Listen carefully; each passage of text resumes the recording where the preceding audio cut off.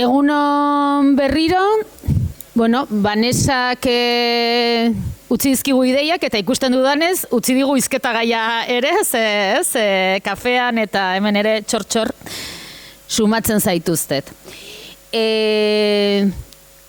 Plazer handiz, berriro ere, urrengo hizlaria hemen dugu, Belen Uranga Arakistain, Euskal Filologia aipatu horretan lizentziaduna bera, baina soziolinguistika klusterreko ikerlari eta teknikari, bat soziolinguistika aldizkariko koordinatzailea, hizkuntza ekologian, hizkuntza aniztasunean eta migrazioan aditua, eta azken urtetan hainbat ekarpen egin dituena arlo honetan.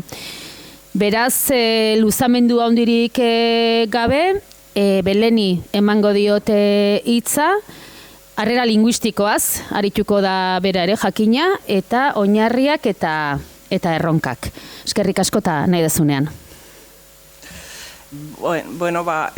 Eskerrik asko, gonbidapena egiteagaitik, hemen izatagaitik, eskerrik asko gure lana zuekin partekatzeko aukera ematen diguzuelako. Nik egingo dudan aurkezpena oinarrituta dagoain zuzen, klustera azken urtetan egiten nahi den, migrazioaren inguruan egiten nahi den lan batzuetan oinarritutako datuak edo, baina beti ere gogo eta prozesu batekin inguratuta.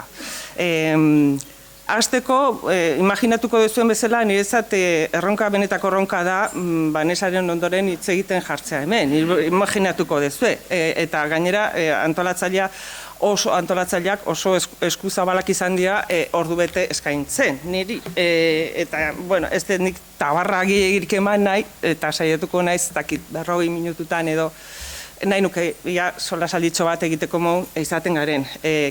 Neurtuko dut, eta hemen jarriko dut martxan hau.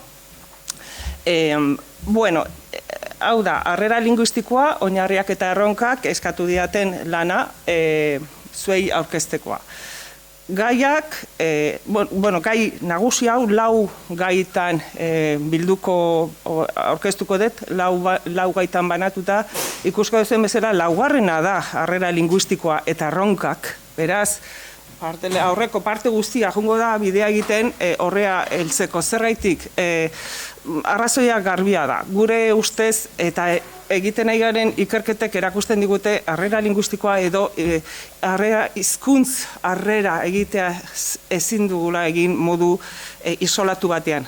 Oso kontan hartu behar ditugula testuinguru garrantzizko batzuk. Eta testuinguru hortaz ari garenaz, itzengo dugu lehenengo partean oso datu gutxi batzuk, baina datu batzuk emango ditut, immigrazioaren datuen ezaugarrien inguruan, oso datu gutxi, baina immigrazio hori, populazio hori Euskal Herrira etortzen denean, ze Euskal Herri, ze gizarte topatzen duenari buruzko 2 edo 3 datu emaneko nituzke, etortzen direnean egiten duten integrazio hori, eta integrazioa zer den momentu baten ere itzengo dugu, integrazio soziolinguistikoa zerri buruz ari garen, nola ulertzen dugun integrazio soziolinguistikoaz itzengo dut, hori guztia heltzeko, hain zuzen, integrazio soziolinguistiko hori euskeraz ere, edo gutxinez euskeraz egin dadin, harrera linguistikoa nola izan beharko lizateken irudikatzen hasteko.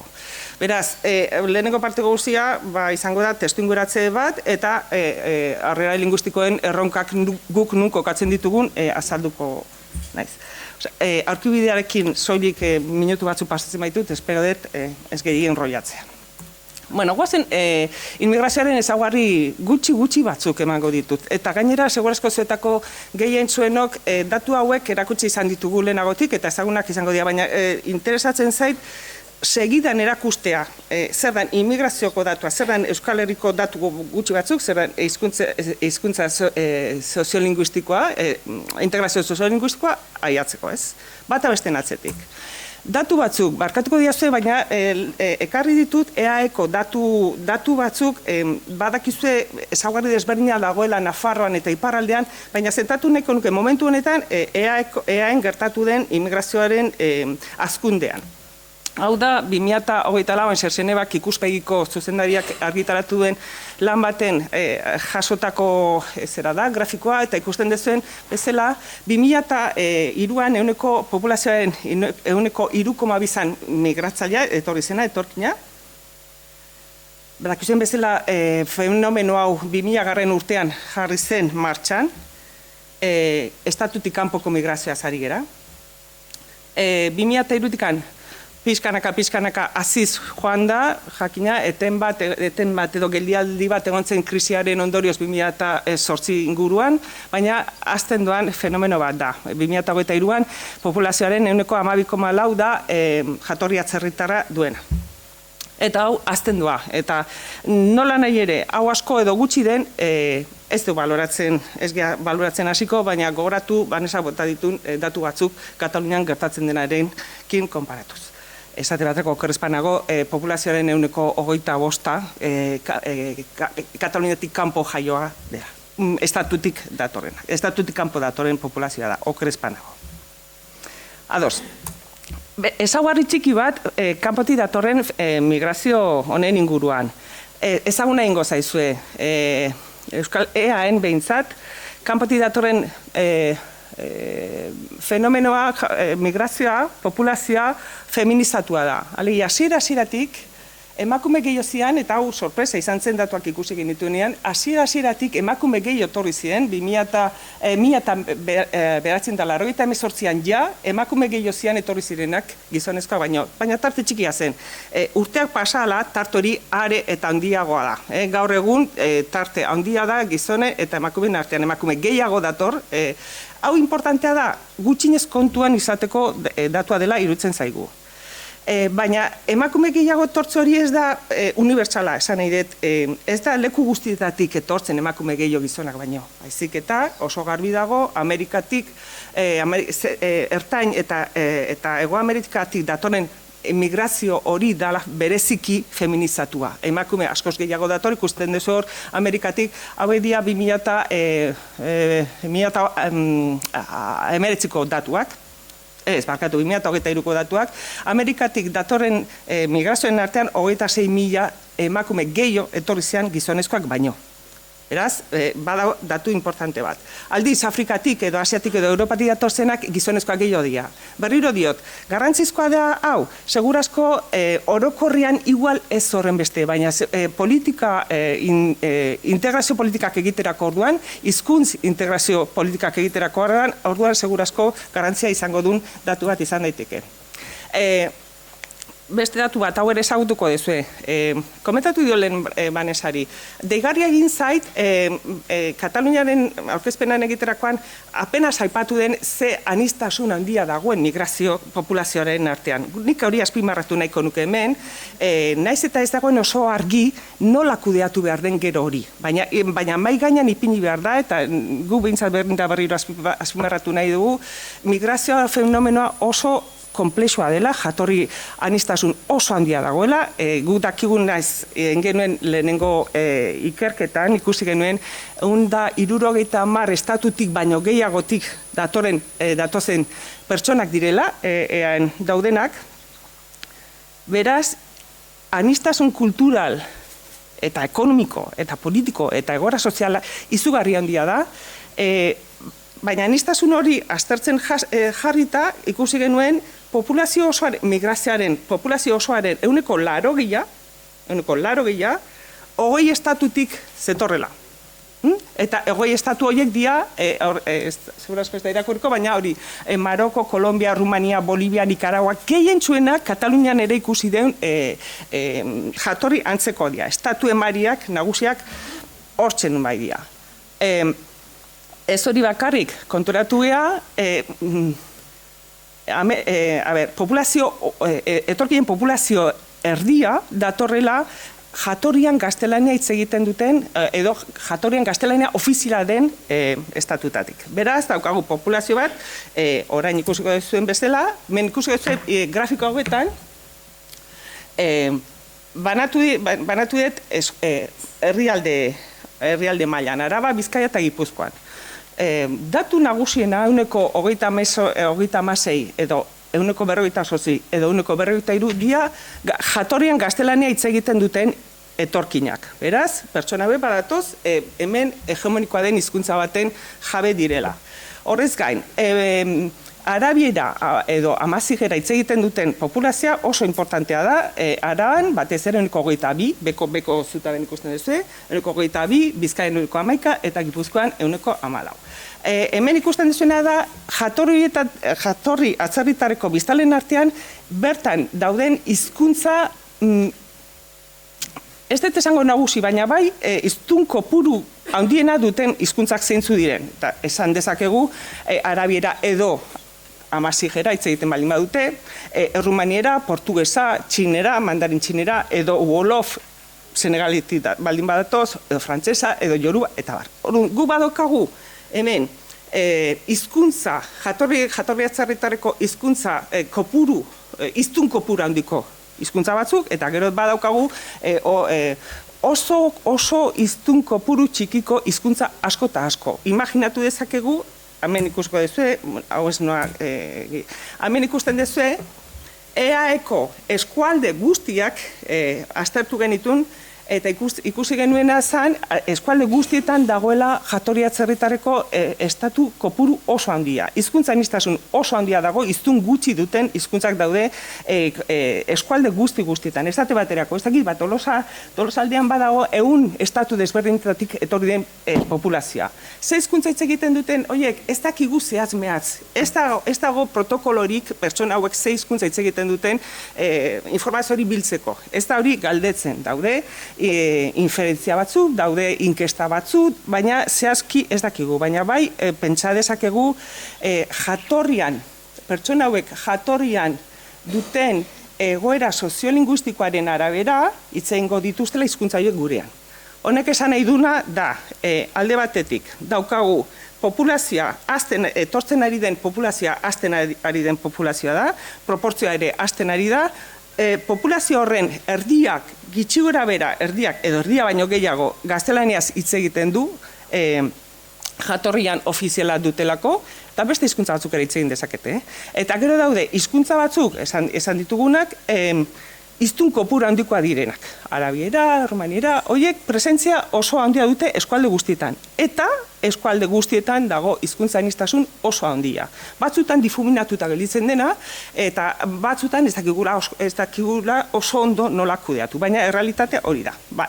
Ez naiz gehiago jarriko aztertzen aniztasunaren garrantzia, gauza bat bakarrik aipatu, hizkuntza aniztasunarekin batera, kultura aniztasuna dator, eta hori, bueno, hemen dago ja, eta handitzen jungo da. Nora dator? Badator, Euskal Herrira, Euskal Herria harrera gizarte bezala ikusi dezakegu, zen dira datu bi edo hiru datu besteik ez ditut emango, ezagutzen dezueni baino beto. Baina nahi ditut ekarri imaginatzeko populazio onatorzen denean zerrekin topo egiten duen irudikatzeko. Eta kontrastan jartzeko igual Kataluniako egoerarekin. Ez dit konparazioa egiten, baina igual zuetako batzuk bintzatengo dezue konparazioa. Bi edo hiru datu. Lehenengo, ze honetan, mapa honetan, hau da, EASek eskaintzen duen mapa, Euskaren Adierazle Sistemak, Eusko Jaurlaritzak eta klusterak lankidetzan, Eusko Jaurlaritzak argitaratzen duen sistema, oso interesgarria bide batez esan da, baina hau da, Euskara gaitasunari 2019ko datuak korrespanago, ikusten dezen bezala gaitasuna. 16 urtetik gorako biztanleen artean, Euskaraz dakitenek Gipuzkoan dia 151, erdia Gipuzkoan. Markatu. Bizkaian 130, ez deton ikusten, Araban 122, eta Nafarroan 114. Hau da egoera, eta iparraldean gutxiago, ez zaken dut. Hau da egoera, gaitasunaren aldetik. Horrek esan nahi du, dagoela hizkuntz komunitate bat, minorizatua, gutxiengoen komunitatea dela, eta hizkuntza hor bat dagoela. Baina egia da, bestalde aldamenean jarri dut, hor bat dago prozesu bat, hizkuntza bizi berritze prozesuan dagoela ere, garbi dago, hori aipatu behar da. Haiek datozenean topatzen dute, hizkuntza bat minorizatua dena, nun gaitasuna populazioaren parte honek hitz egiten du, besteak ez dute hitz egiten, baina jakitun dira hizkuntza bizi berritzeko prozesuan dagoela. Eta horregatik daude transmisioan aldaketa batzuk, hau bakarkan da irudikatzeko aktibo dagoela gizartea, hain zuzen, esate baterako, korrika dago. Eta hau da soilik adierazle bat. Honekin aipatu nahi dutena da, egoera delakoa, baina bizi berritze prozesuan dagoen hizkuntza bat bada. Eta horiek jakitun izan behar dute. Bale.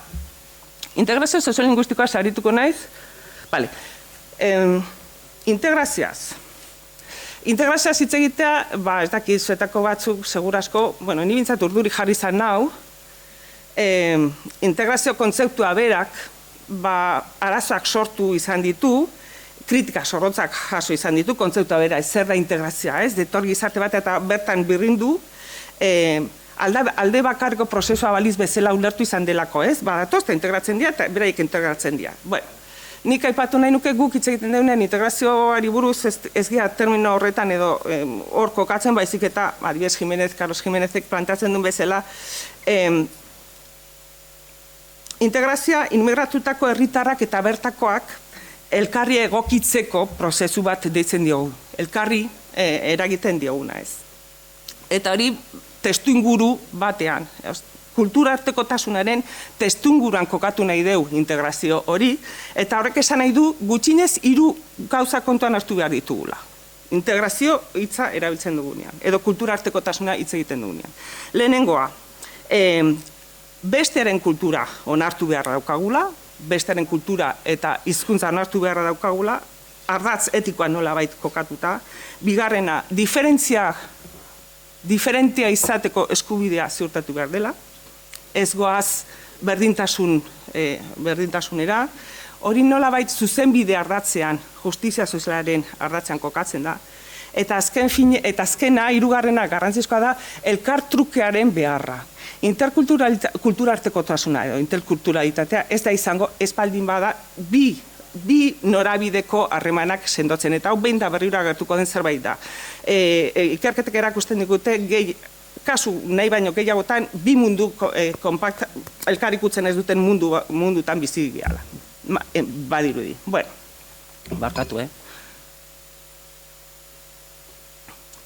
Ordu, integrazio soziolinguistika saritzeko guk ikusi genuen, lehenengo ikerketak egin genituenean, azterketa markoa edo interesatzen zitzaigun aztertzea zein da migratzailek egiten duten prozesua harrera gizartera heltzen direnean. Eta, gauza batzuk ikusita gero pentsatu genuen Moreno Fernandezen eredua oso interesgarria dela, integrazio sozialaren eredua oso interesgarria dela, eta hornek esaten du migratzailea pertsona edo taldea, migratzailea heltzen denean harrera gizartean fasetan egiten duela integrazio hori.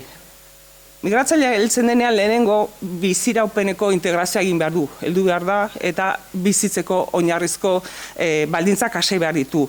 Imaginatu zenbataino den anitza migrazioa. Soil-soilik gelditzen baldin bagia, fase honetan imaginatu ezakegu heltzen direnean bizitzeko irauteko horretan ze kasuistika zabala daukagun, eta ze zailtasun dauden kasu horretan. Hor sartzen dira, momentu horretan arrazakeriako arazoak eta bar. Baina ezinbestekoa da hori baldintza hori betetzea. Bigarren fasea, behin bizitzeko lekua eta gutxieneko beharrak dituztenen lan mundura integratu behar dute, imaginatu lan munduan ere ze desberdintasun dauden batzutik bestera, 3. integrazio soziala ditzen duena, asko dago ikertzeko, asko dago ezagutzeko, baina guk ikusten deunaren arabera, joera nagusia da, etortzen direnek euren artean harreman sozialak izatekoa, eta bertakoek harreman gutxi daukagu, nolabait esan, immigratutako pertsonekin. Beraz, integrazio soziala oso modu isolatuan gertatzen ari den zerbait da, eta noski hortik aurra integrazio identitarioa. Beraz, identitatearekin edo hizkuntza erakargarria izan dadin, guk ikusten dugu ezinbestekoa dela lehenengo fase hauek neurri batean beteta izatea, aseteuta izatea. Alegia, zaila da eskatzea norbaiti alegin berezia egitea euskerara edo euskal kulturara hurbiltzea edo baldin eta oinarrizko baliabideak bete gabe baldin baditu. Hori da integrazio soziala. Bale, ados, integrazio linguistikoa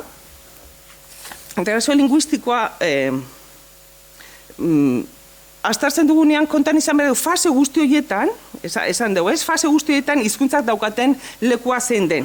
Hortaz hitz egiten egia. Eta hortarako kontan izan behar ditugu hainbat aldagai, hizkuntza aldagaiak. Esate baterko, etorkinen kasuan barkatu.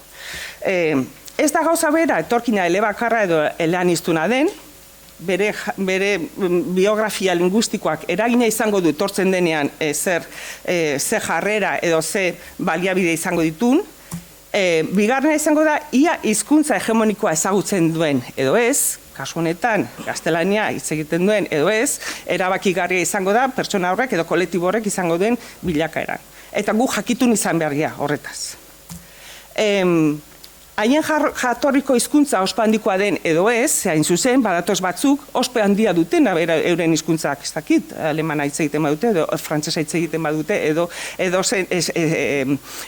Europako estatuko edozein hizkuntza. Baina ez da gauza bera hori hitz egiten etortzea, edo wolof hitz egiten etortzea. Horrek eragina izango du. Eta etorkinen ikuspeitik harrera gizarteko hizkuntzekiko dituzten jarrerak. Ia beraiek ezagutzen duten zein den hemengo egoera eta ze jarrera dituzten. Etorkinen ikuspegitik. Baina harrera gizartaren aldetik oso garrantzizkoa da, gizarte elebakarra edo eleaniztuna den, gure kasuan, bi hizkuntza ditugu ofizialak, eta guri interesatzen zaigu hori oso agerian jartzen, interesatzen zaigulako hizkuntza minorizatua ezagutu dezaten, baina horrek baldintzatzen du integrazio soziala eta integrazio linguistikoa etorkinen. Hizkuntza bakarkoa den kasuetan, ia aldera bat baino gehiago erabiltzen den, kasu honetan ez da hori, ez baldin bada, kontuan izateko, esate baterako Amerikatik datozen gaztelaniaz hitz egiten duten horiek, hitz egiten duten aldaera edo aldaerek, ia ospe edo prestigio eza duten ona heltzen direnean, eta hor sor daitezken sozializazio arazoak. Alegia, arrazakeria linguistikoak ere martxan jartzen diren Kolonbiako hizkera dakarrelako. Hori ere, hor ere badago, eta horren lekukotasunak ere badaude. Baina me daukagu, nire gure aitak esango luke, la madre del cordero. Alegia, kasuan kasuko hizkuntza gutxitua hitz egitearen ondorioak, sozialak, ekonomikoak eta bestelakoak, zein diren. Alegia, gure kasuan hizkuntza gutxitua daukagu, eta hori hitz egitearen ondorioak zeintzu diren baldintzatuko du etorkinak egingo duen integrazio soziolinguistikoa. Eta azkenik, soil-solik, aipatuko dut, harrera gizartaren jarrerak etorkinen hizkuntzekiko. Aipatutakoa, haien jarrera gure hizkuntzekiko, baina baita gure jarrera, hola esatearren, ni jartzen naiz hemen, eta gure jarrerak haien hizkuntzekiko. Hau da, guztia ikusten dezue, Moreno Fernandezek baita ere plantatutako eredu bat da, baina guri oso erabilgarria egin zaigu. Totun revolutun bat ematen du, izugarrizko datu pilo bat daude, eta mila gauza kontan izan beharrekoak, hala ere, guk insistitzen dugu oso importantea dela gauza guztia kontan izatea. Aparteko bat ingoret. Guk egindako ikerketen arabera, datu gutxi batzuk ekarko ditut, etorkinek erakutsi diguten, dizkiguten, erakutsi duten euskararekiko balioen inguruan. Datu gutxi batzuk, eta gaina ez dira orokortzaileak, baina bintzat gure artean presente egon daitezen, euskararen balioak. Gure ikerketa kualitatiboetan, ikerketa kualitatiboak dira, pistak ematen dituzte, ezin dira orokortu, baina pista batzuk ematen dituzte. Migratzaileek, esango nuke, euskarari balio simboliko aparteko ematen dietela. baldin eta kontaktua baldin badaukate, osea, euskararekin kontaktua eta kontaktu afektiboa neurri batean baldin badaukate, ematen diote balio simboliko apartekoa. Kasu askotan, gaztelania baino afektiboagoa. Gaztelaneri ematen diote, balio pragmatiko erabatekoa, ez? Herri euskaldunetan integratzeko eta kultura ezagutzeko balio dute, baina herri euskaldunetan hortik kanpo zaila. Edo bintzak guk ez ditugu lekukotasun asko topatu. Leku horietan euskal komunitatea trinkoantzea dagoen lekutan harremansareak egiteko balio du euskerak. Sozialatzeko bai. Baina ez da beharrezko. Ez da ezinbesteko. Kontaktua dagoenean badu zentzuri, baina ez da ezinbesteko aldiz gaztelania alde guztietan gero esango dugun bezala erabateko presentzia eta erabateko beharrezkotasuna aitortzen zaio. Baina egia da adinaren arabera nabardurak daudela, hori ere ezaguna zaizue. Gurasoek aur eta gaztentzat ikusten dute euskera importantea dela eta horrek ekartzen du eskolak duen arrakasta. Eskola ondo antolatzen baldin bada harrera hori ondo egiteko, etorkinak normalian badaukate jarrera proaktibo bat kasu horretan. Helduentzat aldiz interesgarria izan daiteke, baldin eta komunitate baten hurbil baldin manago, baina beharrezko, desde luego, ez da beharrezko. Eta berai gurasok ikusten dute bai, aurrentzat importantea izango da etorkizunari begira. Hau, dia pilula batzuk, jarrerei buruz, immigratzaileek dauzkaten jarrerei buruz, orduak eta orduak hitz egin dezakegu, pilula gutxi batzuk besterik ez dira.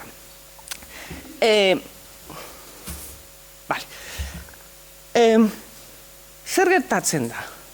Hau guzti hau da, esateko, datu hauek dauzkagu, eta etortzen dira migratzaileek, eta daude Euskal Herria nun gaztelania, nun integratu behar den linguistikoki, ez da txuri beltz dena, baina utziko jaso momentu honetan txuri beltz bezala planteatzea. Planteatzea, zer nola egiten duten, edo zer aldagai kontuan hartzen dute gaztelaniaz egiteko integrazio soziolinguistikoa, tortzen dira, imaginatu ez dagoela euskerarik, eta asuntoa da dauzkate aldagai laguntzaile batzuk, esate baterako gizarteratzeko ezinbestekoa dute gaztelania, hizkuntza hegemonikoa da eta ospe handia dauka, horrez dago inolako zalantzarik, kanpotik etortzen den edo zeinentzat. Izan, beraiek gaztelania hiztunak izan, edo ez, baina gaztelania da hizkuntza hegemonikoa eta ospe handikoa. Presentzia sozial erabatekoa du, sozial, ekonomikoa, lan munduan, integrazio fase guztietan nagusi gaztelania da, eta esango nuke, kasu askotan bai, eta gehienetan, ere, gaztelaniako komunitatearekin identifikazio puntu bat badaukate. Gutxienez gaztelaniaz hitz egiten duten horiek. Zer daukate oztopatzailea? Hizkuntza ikasteak eskatzen duena ahalegina ez dakitenen kasuan. Ez dakitenek ikasi behar dute, eta hori alegindu behar dute, baina dauzkate aldagai aldeko pilo bat, eta ikasten dute. Zer gertatzen da, barkatuko diazue, ikusiko duzue, hau oso modu eskematikoan ematen nahi naiz, baina iruditzen zaigu adierazgarria badela, naiz eta eskematikoa izan. Integrazio soziolinguistikoa imaginatzen baldin badegu euskera zer gertatzen zaigu. Laguntzaileak gure ikerketetan oinarrituta, agertzen zaizkigun aldagai laguntzaileak bi pintza topatu ditugu. Eta bat da, egia da euskerak badula ospe eta babes erlatiboa, legia, lehen esan dakoa, hizkuntza bizi berritzen ari den errealitatea da, leku batzutan, agerikoa da, kontaktu hori badaukate, administrazioak neurri batean behintza babesten du, eta ikusten dute badaukala neurri bateko ospea. Eta hori importantea da. Eta kasu batzuetan, esaten dute, guk harremanetan baldin bagaude hizkuntza, komunitatearen hizkuntza den gunetan, importantea da. Eta guretzat hori importantea da. Baina hori esaten digute harreman hori duten lekuetan. Zer gertatzen da? Horien paren daude aldagai oztopatzaile batzuk. Eta esate baterako hizkuntza minorizatua da, ospe txikiagoa du, zalantzari gabe. orokorrean, beste gauza bada,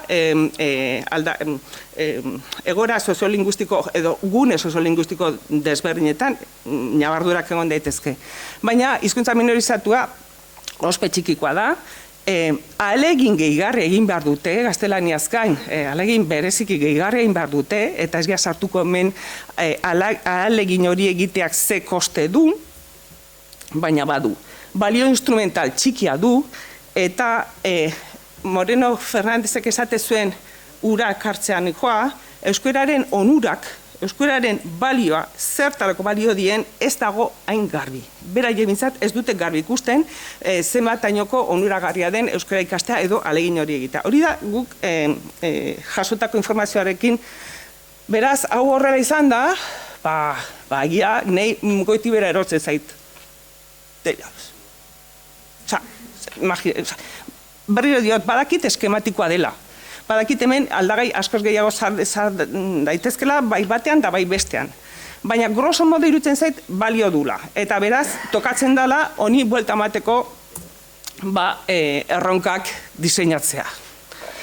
Ez dakizua zein preso iten dizuen, baina neri egia esan, hau ikusi nuenean, bueno, bai, erronka potenteak daude.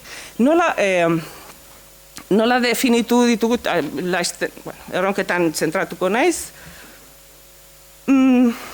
lehenengoa. Nire ustez, gure ustez, migrazioaren fenomenaren aurrean proiektu integrala diseinatu behar da. Iruditzen zait, Kataluniakoa ikusita gero, berandu gabiltzala. Kostatzen nahi zaigula. Egia da gauzak egiten hasi gehala, eta esparru guztitan ikusten egia gauza oso interesgarriak eta aktibatzen egia. Baina iruditzen zait, oraindik ez daukagula herri mailan edo proiektu mailan ez daukagula proiektu integral bat. Gutxinez ze kontuan izan beharko luke horrek, gutxinez. Aipatu ditugun harrera gizartearen eta immigrazioaren ezaugarriak kontuan izan beharko lituzke, alegia problematika oso konplexua da, ezin da uniformizatu, migrazio fenomena ezin da uniformizatu, eta ezin da uniformizatu Euskal Herria ere. Euskal Herria ere oso anitza da, bai geografikoki, euskararen egoeraren arabera, eta baita gizarte berare. Gizarte aldatzen ari den gizarte bat da, eta aldatzen ari da, bai individualki, euskararekiko dauzkagun harremanak, aldatzen ari den gizarte batean, hori kontuan izan da, kulturartekotasunaren markoan zedarrituta egin beharriko diseinu integral bat buruz hitz egiten egia, eta hitz egiten egia implikazioa handiko proiektu batez hitz egiten egia. Iruditzen zaigu implikazioa jakina administrazioak, gizarte eragileak eta norbanakoak ere gizarte moduan egin beharra daukala. Implikazio handiak eta baliabide handiak. Iruditzen zaigu oraindik ere, barkatuko diazue, eta arduradun batzuk bazaudet hemen, nik uste atzera begiratuta azken 10 urteetan egin den salto kualitatiboa, bueno, esango nuke baloragarria izan daitela, badaude batzuk egiten, baina kuantitatiboa zenbat teknikari gehiago dago Gipuzkoan, zenbat teknikari gehiago dago Foru Aldundian, zenbat teknikari gehiago dago alegia, iruditzen zait, oraindik dagoela saltu kualitatibo, kuantitatibo handia egin beharra. Bat, orduan, proiektu integrala abian jartzea. Bigarrena da integrazio linguistikoa, horrela definituko, integrazio linguistikoa, integrazio sozialaren baldintzapean ulertzea, alegia. Gure ustez, egindako elkarrizketetan oinarrituta, edo egindako ikerketan oinarrituta, desideratun bat da, pentsatzea, pertsona hauek euskeraz integratuko direla, edo integrazio linguistikoa euskeraz ingo dutela, baldin eta integrazio soziala gutxinez justizia sozialaren parametrotan egiten espada. Espaldin bada, fase guztietan ziurtatzen integrazio soziala hori betetzen dela, zaila izango da eskatzea integrazioa euskeraz izan dadin. Hortarako integrazio sozialaren neurriak hartu beharko dira, Eta batez ere, fase guztietan euskararen presentzia eta ikusgarritasuna ziurtatu behar da. Alegia, aipatutako fase guztietan, lehenengo fasean, udaletxea jatzen dianean, eta lehenengo asebetetzeko gauzakin badituztenean, errolda jun edo etxe bizitza alokatzea. Ez baldin bada euskararik hor inun agertzen, bueno, ez dute kontakturik izango, eta gero alpersamari jungo gehiago atzetik esan ez. Lehenengo fasetik behartatik, baina eske guazen pixka bat gehiago. Lan munduan, ez immigrazio testunguruan, gure eguneroko testunguruan, Euskal Herrian, lan munduan euskarak duen presentzia, bueno, ez noa, kalifikatzea. Integrazio sozialean gauza bera, pertsona hauek sozializatzerakoan, beraiek euren artean, orokorrean, euren artean egiten dute harreman soziala. Kontakturik ez baldin badago, komunitaterik ez baldin badago, euskal komunitaterik ez baldin badago eurekin harremanetan, komunitatea ez baldin badago saltzen, elkarrekin, zaila izango da euskara ez ikasi dezaten. Zaila izango da euskara ez ikasi dezaten, bezik eta euskara ikusi dezaten. Zaila izango da euskara erakargia izan daitezen. Neri Kataluniatik asko gustatzen zait, erabiltzen dute kontzeptu bat, eta igual, Nikola botako dut, ez lengua de atracción, olako zerbait esaten dute. Lengua de atracción. Ja, ez da limurtu behar ditugula, edo, ez la lengua la que les atrae. Nik horrela ulertzen dut, Katalunian erabiltzen dut kontzeptu hori. Niri oso erabilgarria eta oso asko gustatzen zaiten, eta handikan ekartzen duten zera bat da. Nola ingo deu hizkuntza bat erakarmen gaitasuna izatea ez baldin badaute kontakturik. Orduan, harreman sozialetan, integrazio sozialen, euskararen presentzia ziurtatzeko modu egin behar da. Eta fase guztietan euskararen onurak benetan ziurtatzea. Eta benetan, dinot. Eta benetan izan behar du onuragarri euskara. Zer mailatan? Bueno, ikusiko deu, baina ziurtatu behar deu, onurak ekarri behar dela. Bestela alegina, bale. Orduan, erronkak, hirugarren erronka, hau da plantatu deun integrazio soziolinguistika euskara zen panorama. Eta hola definitu deu, berriro diot, oso eskematikoa da, eta, eskematikoa da, baina plantatzen baldin badeu aldagai laguntzaileak gutxi eta oztopatzaileak asko, logikak esaten du tokatzen zaigula aldagai laguntzaileak indartzea. Eta aldagai laguntzaileak indartzeak esan nahi du euskarari ospe eta babes erlatiboa handitu behartzaiola, dudari gabe. Eta hortarako zer egina badaukagu bai instituzio mailan eta bai gizarte mailan eta ospea eta babes erlatiboa handitu behar da. Babesa esan nahi du eskakizun mailan, gizartearen esparru guztietan eta horreta bar. Baina batez ere, funtzionatu baldin badu guk hitz egin deun pertsonengan hizkuntzaren funtzio komunitarioa barkatu. Komunitatea egiten duen hizkuntza da erakarmen hizkuntza izango dena, gaitasuna izango dena. Alegia, ezinbestekoa da hizkuntzaren funtzio komunitarioa handitzea. Hizkuntza euskara izan behar du komunitatea egiten duen hizkuntza. Eta momentu honetan nahiko genuke, eta askotan esaten da, ez? Hizkuntzak elkartzen gaituena, izan da dila, baina oraindik gaude horren alde lan egiten. Beraz, laguntzaileak indartu, hori da esaten genuena, eta azkenik laugarrena aldagai oztopatzailei aurre egitea. Alegia, definitu ditugu aldagai oztopatzaile batzuk, eta dira, tokatzen zaigu oztopatzaileek ahultzea, edo ahuldu izan ordez, guazen laguntzaile bihurtzea. Alegia, esaten genuen, hizkuntza minorizatua ospe txikiagoa du. Bale, guazen ospe gehiago handiago ematea. Esaten genuen, guazen batez ere, euskararen onurak agerikoak egitea. Irutzen zait hau dela funtseskoa. Eta hemen lan handia daukagu. Eta onurak izan daitezke bai ekonomikoak, baina bai afektiboak, bai komunitarioak, bai herrian biltzen direnak, eta bar. Baina baita ere euskararen balio instrumentala handitu beharra dago. Ez da nahikoa esatea, ez zu integratuko zea gure herrian, baina laneako gaztelania bakarri baldin badet, bueno, beste izango da, bigarren mailakoa. Garaia da euskararen balio instrumentala ere handitzekoa.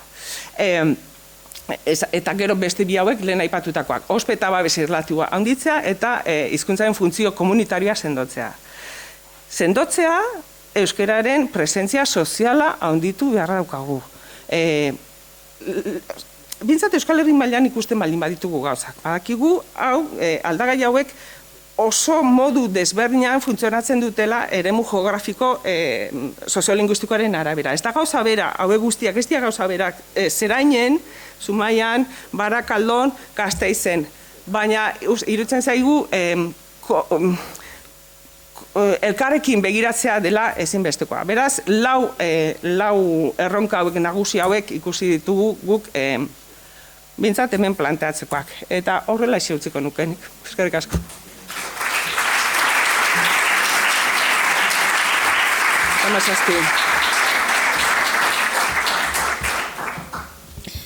Eskerrik asko, Belen, eta horixe, galderen txanda, galdera iruzkin, gogoeten txanda zabalduko dugu.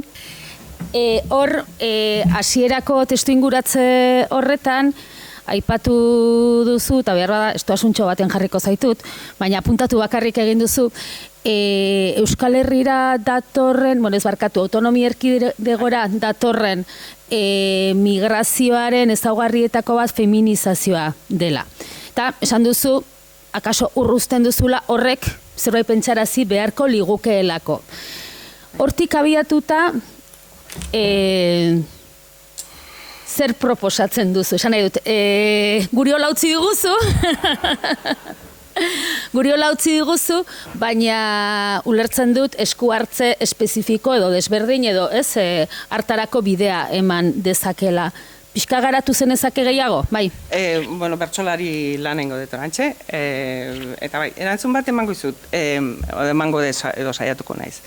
Bai, nik usten dut problematika espezifikoa dela, eta gainera momentu honetan Euskal Herrian lantzen ari den gai bat da. Alegia, feminizazio horrek lotzen ditu gai desberdinak, lotzen ditu, aipatzen egian testuinguruanetan, sozializazioaren testuinguruan eta integrazio laboralaren testuinguruan.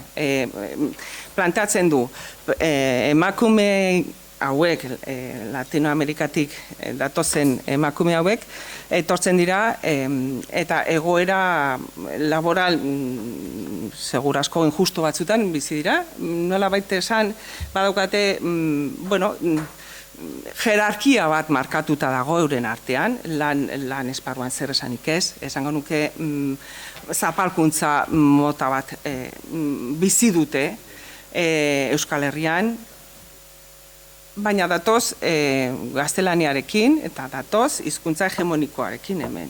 Beraz, plantatzen dira, eta hemen feminismoa ari da lan honetan, bi borroka hauek elkar lotzen, baina hemen erronka oso handia daukagu ikusteko nola konpontzen den auzi hau. Nola konpontzen den egoera zaurgarri bat, migratzailearen egoera zaurgarri bat sozializatzeko eta lan munduan, egoera zaurgarri hori nola uztartzen edo nola konpontzen den guk bizi den zapalkuntza linguistikoarekin. Nola uztartu eta nola adierazten den hau konpontzeko, elkarrekin konpontzeko. Nik uste erronka oso handia dela, batzutan saiatzen konpontzen eta leku zehaz batzutan, adostasun batzutara heltzen dira, baina iruditzen zait gehiago garatzen espaldin bada, arriskoa daukagu galtzekoa esan nahi dut, gailentzekoa egoera sozial, laboral horren auziak, gailentzea hizkuntzaren auziari. Eta iruditzen zait, arrisku handia eta maigainan daukagula. Eta ez da erraza. Feminismoak, abenga. Ados, ez, horre, bi baino gehiagotan, ez, jarri izan dugu mai gainean eremu sozioekonomikoaren ikuspegia bera, ez, euskalgintzak beste begirada bat landu eta garatu behar dula. Uste gizarte eragiletatik ari garela egiten, beste input batzuk igual, ez, etorriko zaizkigu. Bueno, nik hau esan da. Beste galderarik, iruzkinik? Bueno, kaixo, eskerrik asko, Belen. Nik galdera pila ingo nizkizukeo elkarrezketa luzatuko nuke, baina hausnarketa moduan. Nire ustez, aintzat hartu behar dugu harremanak ulertzeko modua. Gu egon gara, adibide bat ematearen, horru zurbilen, uste, denbora luze zegoen ginela, saiatzen komunitate hori eraikitzen, edo beste pertsonekin harremantzeko saiakera egiten, komunitatea ulertzeko gure ikuspegitik. Eta orduan esaten genuen, jo, etortzen dira, janari deialdi bat egiten malima dugu, sukaldatzeko, eta etorri egiten dira. Baina gero beste espazio batzuetara ez. Eta harremantzeko zailtasunak sortzen dira horrekin. Orduan da, agian birpentsatu behar dugula, beraiekin harremantzen garen modu horretan, beraiek komunitatea ulertzeko daukaten moduarekin. Agian guari gara esaten, beraiek gurekin harreman behar dutela, tabernara ez, poteatzera etorri behar dutela, eta bar, eta klabe horietan beraiek ez dutela komunitatea ulertzen. Beste alde batetikan, beraiek identitatea gordetzeko ere ez, hainbaten ikerketetan aterata, beraiek identitatea ulertzeko modua ere bai da beraiek taldean egotea.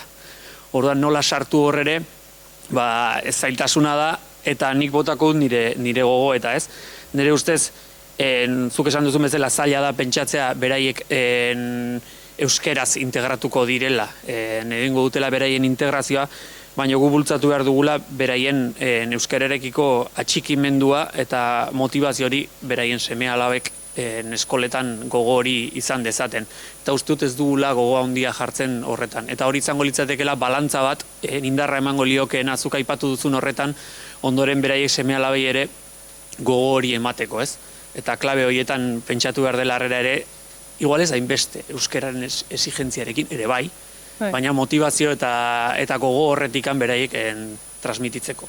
Bai, era bat ados. Batez ere gure, asko gustatu zait, lehenengo partea, iruditzen zait, gogo eta handiak egin behar ditugula integrazioaz hitz egiten ari garen, zertaz ari garen. Edo komunitatea egitea zer den horren inguruan gogo eta handiak egin behar ditugu, eta oraindik ez daukagu erantzunik, baina gertatzen nahi da. Osea, gizartea aldatzen nahi da. Osea, ez da, gizartea aldatzen nahi da. Orduan, nik ikusten detena da, naiz eta asmatuko ez deun, niri interesatzen zait elementuak balantza horren gainean jartzea ikusteko alde batetik, zuk esan dezun, ez? Honetan zailtasuna baldin bako, komunitate hori, guk ikusten den komunitate hori eraikitzeko zailtasuna baditugu, guazen saiatzea, baina hori egiten ez duen bitate, ojo, beste zerbaiten aktibatu beharko da. Beste zerbait aktibatu beharko da, ez dakit, esate baterako, ez dakit, lan munduan sartzeko zerbait indartu beharko da, edo aldakit. Gauza da, gauzak doazen bezala utziezkeo, garbi dago zertagoen. Momentu honetan, gauzak dauden bezala, badakigu nora guazen, guk nahiko deu, eta nahiko deu komunitatea egin, baina gauzak dauden bezala ez da gertatuko. Orduan, tokatzen zaigu analizatzea bakoitza, eta nik hemen eskema bakarrik ipini dut, baina nire egitekoa da globalean ikusi. Eta hemen ezin baldin badeu eragin, kontuz, beste nun baiten eragin beharko da. Eta ezin baldin badeu eragin Euskal Herri osoan, kontuz, hemen bintzat, guazen eragitea, bintzat, kate bat izan dadien, ez? Ezin dugu pentsatu, nire ustez, nire iritzia da, ezin dugu pentsatu txampiñoiak bezala, gauzak egiten eta gauza asko egiten dira, eta batzuk oso interesgarriak, eskola batzutan gauza zoragarriak egiten nahi dira, udalerri batzutan gauza zoragarriak egiten nahi dira, urteak daramatzate, baina nun daude beste guztiak, nun daude beste udalak, harrera protokoloak idatzi ditugu, urteak badaramatzagu, nun daude? Eusko Jaurlaritza aktibatu da, azken gortetan, nun dago itun soziala? Zeinek hitz egiten, horrenken esan entena da, niri tokatzen zait, aldagai guztiak edo bintzat batzuk, importanteak izan daitezkena maigaina jarri, eta esan, hau, espanin badeu, plan orokor bat egiten, gauza mendik jungo da. Ze egoera da hau, eta balio demografikoak hauek dira, eta gure, etorkinik gabe gure balio demografikoak hauek dira. Eta ezin dugu ipini gure pixu osoa etorkinengan gure asuntoak konpondu ez ditugunean. Osea, Katalunian 80% ulertzen du euskera, katalana, hemen ez. Hemen ez. Katalunian gertatzen dian gauzak asko gustatzen zaizkigu, batzuk, beste batzuk ez, batzuk asko gustatzen zaizkigu. Koño, baina, takit, hemen gauden horrelako zerbait planteatzeko moduan. Orduan, tokatzen zaigu, ezin dugu komunitatea guk nahiko genuken bezala erekin, baina goazen eraikitzea oso importantea da, komunitatea egitea euskeraz. Eta egiten den bitartean beste gauzak refortzatu. Baina kontuan, begibistan izatea da, iruditzen zait importantea. Aitortuz, zenbat lan egiten den aitortuz, ikeragarria da. Baina ez da gauza bera, Zerain, edo Gasteiz, edo Barakaldo, edo Zumaia, edo Pasaia, edo... Zin dugu... Kaixo, egunan. Bueno, eskerrik asko, orain arteko azalpenagatik, baina naiz. Ez, lehengo, galditu nahi zola katiatuta, lehengo gaian, ez, esan degunean, datuek erakusten dute, etortzen diren asko, badirela Hego Amerikatik, Erta Amerikatik datozen emakumeak, bueno, ez dut zer berri esango ez dakigunik.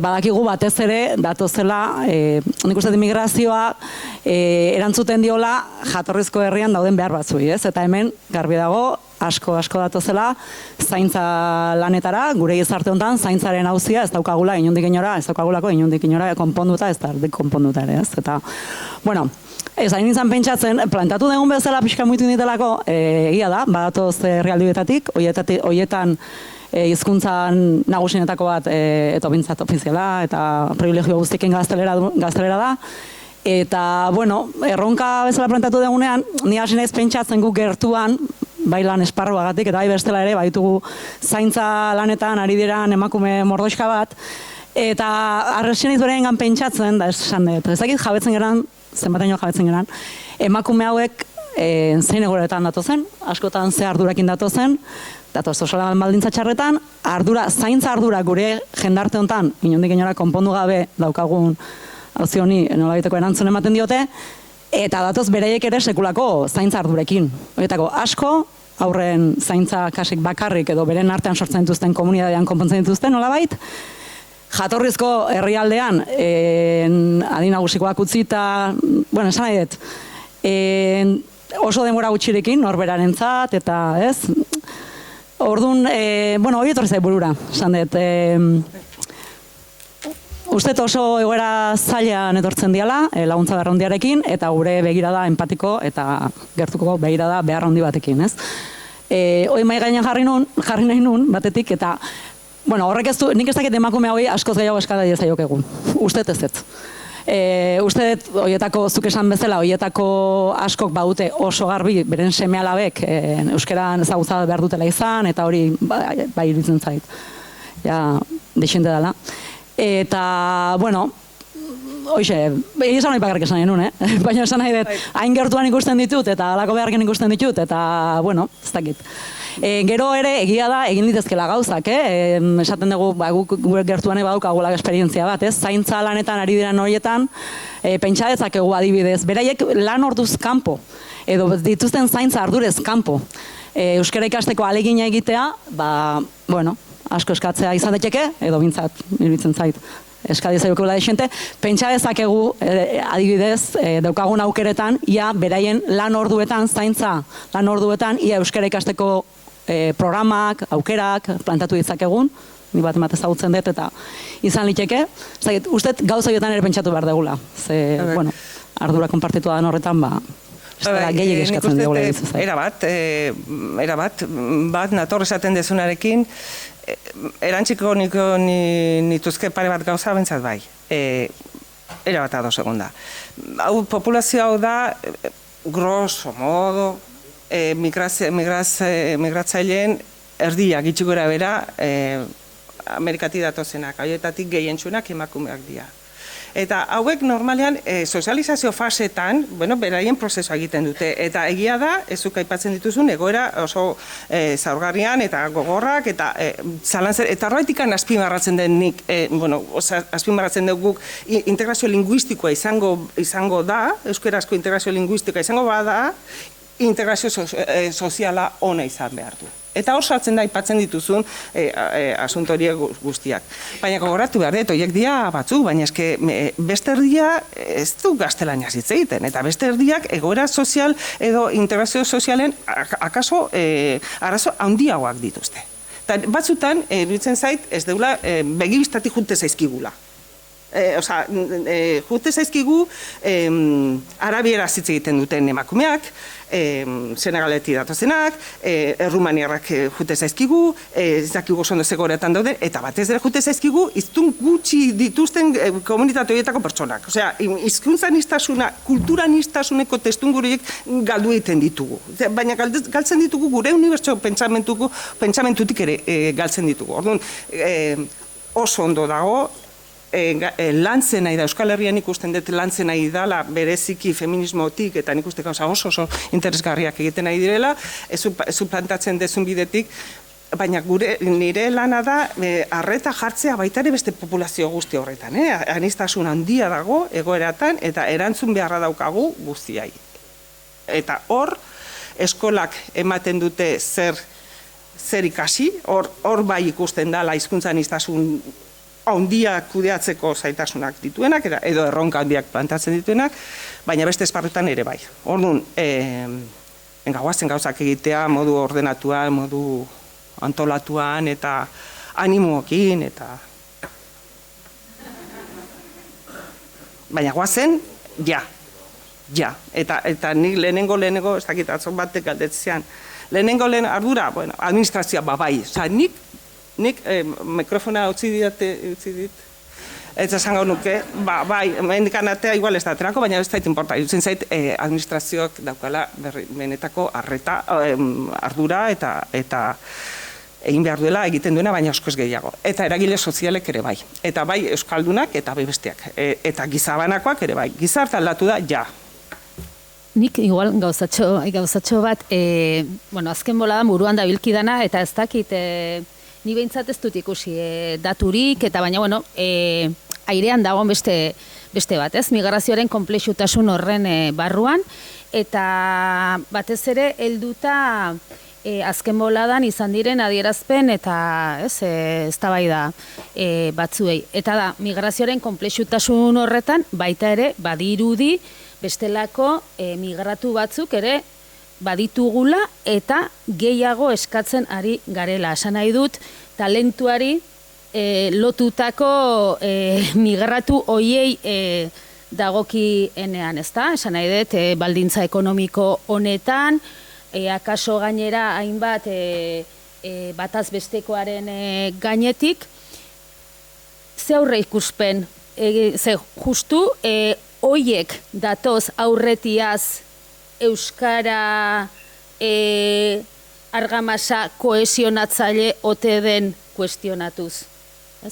Beti gaude bera begira, baina arazoa, non, ez? Hau beste, haze funtzio hartu duen, edurre. Hau beste, interesgarria eta lantzekoa, eta nik lotuko nuke, akaso, usten badiazu, lotuko nuke euskaldunon usten badiaze, euskaldunon unibertsoarekin, alegia, edo Euskal Herriko pertsonen unibertsoa, alegia. Badago elite bat Euskal Herrian euskararekin zer ikusia ez daukana. Eta elite ekonomiko botere euskararekin, edo euskararen bizi berritze prozesuarekin zer ikusiek ez duena, eta zer ikusi nahi ez duena. Hor dago, gogoratzen dut, seguro zuek ere ikusi duzu, Xabier Ayerdik ipintzen du grafiko kuadrante bat, hangoian daude, eta, eta hor kokatzen da, elite bat,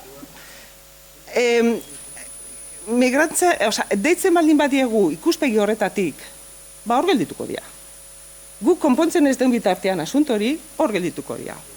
Guk beste leku batetik, guk, Euskal Herri bezala, noski, guk beste leku batetik deitzen badiegu, lehen grafikoan edo guk plantatutako eskema honetan plantatzen den bezala, ekartzen baldin baditugu hizkuntza bizi berritzen ari den gizarte batera, ekartzen baldin baditugu, eskakizunak egiteko moduan izan gaitezke.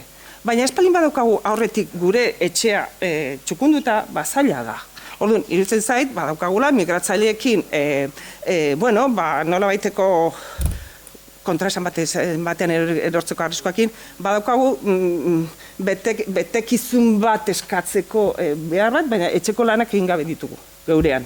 Orduan, hori gertatuko da, eta etxeko agintariek segurasko lasai asko geldituko dira, elite horretan kolokatuko dialako. Eta pentsatuko dutelako, beharrezkoa dela elite hori. Besteo pentsatuko dugu ez. Etorri behar bali dute euskara bizi berritzeko prozesuan integratu behar daukatela, are gehiago, maila